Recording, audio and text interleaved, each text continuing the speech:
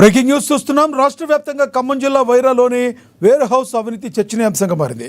దీనిపై ANN news మహాపత్రిక కథనంతో అప్రమత్తమైన అధికారులు విచారణకు ప్రత్యేక బృందాన్ని రంగంలోకి దింపారు. ఈ బృందంలో GM Anand Kumar, Venkateswara Rao, Suresh, regional manager Veeramallu ఉన్నారు. ఈ బృందం సుమారుగా 5 గంటల పాటు సుదీర్ఘ విచారణ జరిపింది. గోదాముల రికార్డులో, స్టాక్ లెక్కల్లో తీవ్ర వ్యత్యాసాలు, తప్పుడు ఎంట్రీలు వారు గుర్తించారు. అవకతవకలపై జిఎం వెంకటేశ్వర్లు తీవ్ర ఆగ్రహం వ్యక్తం చేశారు. ఏఎంసీ పాయింట్ నిర్వహణలో నిర్లక్ష్య స్పష్టంగా బహిర్గతమవుతుందన్నారు. నిర్వహణలో అవకతవకలు, రికార్డుల్లో తేడాలు ఉన్నాయని చెప్పారు. ట్రాన్స్పోర్ట్ రికార్డుల్లోని తప్పుడు ఎంట్రీలపై కూడా విచారణ బృందం దృష్టి సారించింది. గోదాముల్లో నిల్వ ఉన్న రైస్పై ల్యాబ్ టెస్టులు అవసరమని సూచించారు. దీంతో నాణ్యత లేని రైస్కి సర్టిఫికేట్ ఇచ్చిన అధికారులపై అనుమానం వ్యక్తమవుతుంది. ఇక ఈ విషయంపై విజిలెన్స్ విచారణ జరిపించాలని ప్రజా సంఘం డిమాండ్ చేస్తున్నాయి.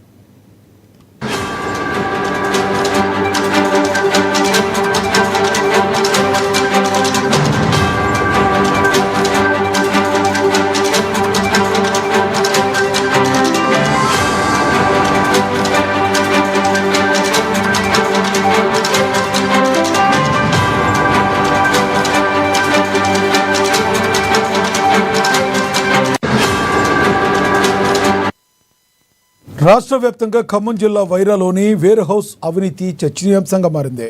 దీనిపై ఏఎన్ఎన్ న్యూస్ మహాపత్రిక కథనంతో అప్రమత్తమైన అధికారులు విచారణకు ప్రత్యేక బృందాన్ని రంగంలోకి దింపారు. ఈ బృందంలో GVM Anand Kumar, Venkateswara Rao, Suresh, regional manager Veeramallu ఉన్నారు. ఈ బృందం సుమారుగా 5 గంటల పాటు సుదీర్ఘ విచారణ జరిపించింది. గోదాముల్లో, రికార్డుల్లో, స్టాక్ లెక్కల్లో తీవ్ర వ్యత్యాసాలు, తప్పుడు ఎంట్రీలను వారు గుర్తించారు. అవకతవకలపై జిఎం వెంకటేశ్వర్లు తీవ్ర ఆగ్రహం వ్యక్తం చేశారు. ఏఎంసీ పాయింట్ నిర్వహణలో నిర్లక్ష్యం స్పష్టంగా బహిర్గతమైందన్నారు. నిర్వహణలో అవకతవకలు, రికార్డులో తేడాలు ఉన్నాయని చెప్పారు. ట్రాన్స్పోర్ట్ రికార్డుల్లోని తప్పుడు ఎంట్రీలపై కూడా విచారణ బృందం దృష్టి సారించింది. గోదాముల్లో నిల్వ ఉన్న రైస్పై ల్యాబ్ టెస్టులు అవసరమని సూచించారు. దీంతో నాణ్యత లేని రైస్కి సర్టిఫికేట్ ఇచ్చిన అధికారులపై అనుమానం వ్యక్తమవుతుంది. ఇక ఈ విషయంపై విజిలెన్స్ విచారణ జరిపించాలని ప్రజా సంఘాలు డిమాండ్ చేస్తున్నాయి.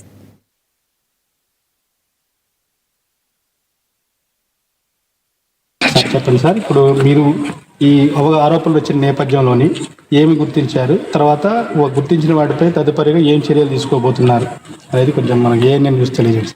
ఎండి గారి ఆదేశాల ప్రకారంగా ఈరోజు ముగ్గురం అధికారులం ఇక్కడికి రావడం జరిగింది.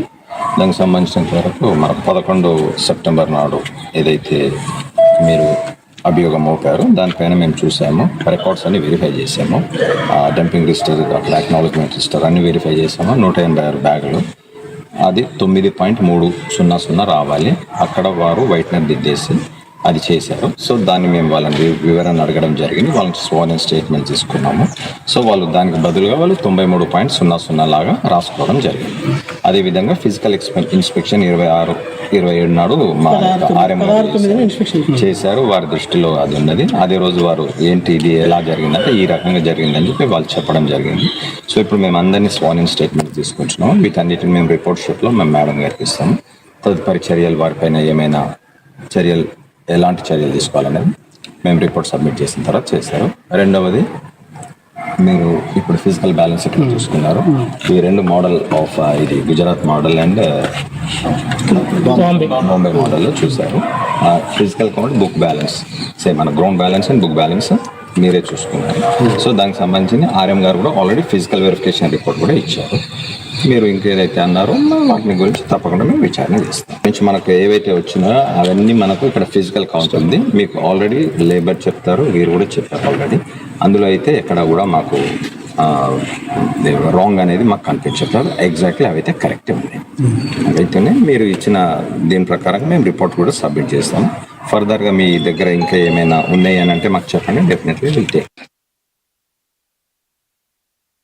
ప్రభుత్వం ధాన్యం సేకరణకు ఈ సంవత్సరం 25,000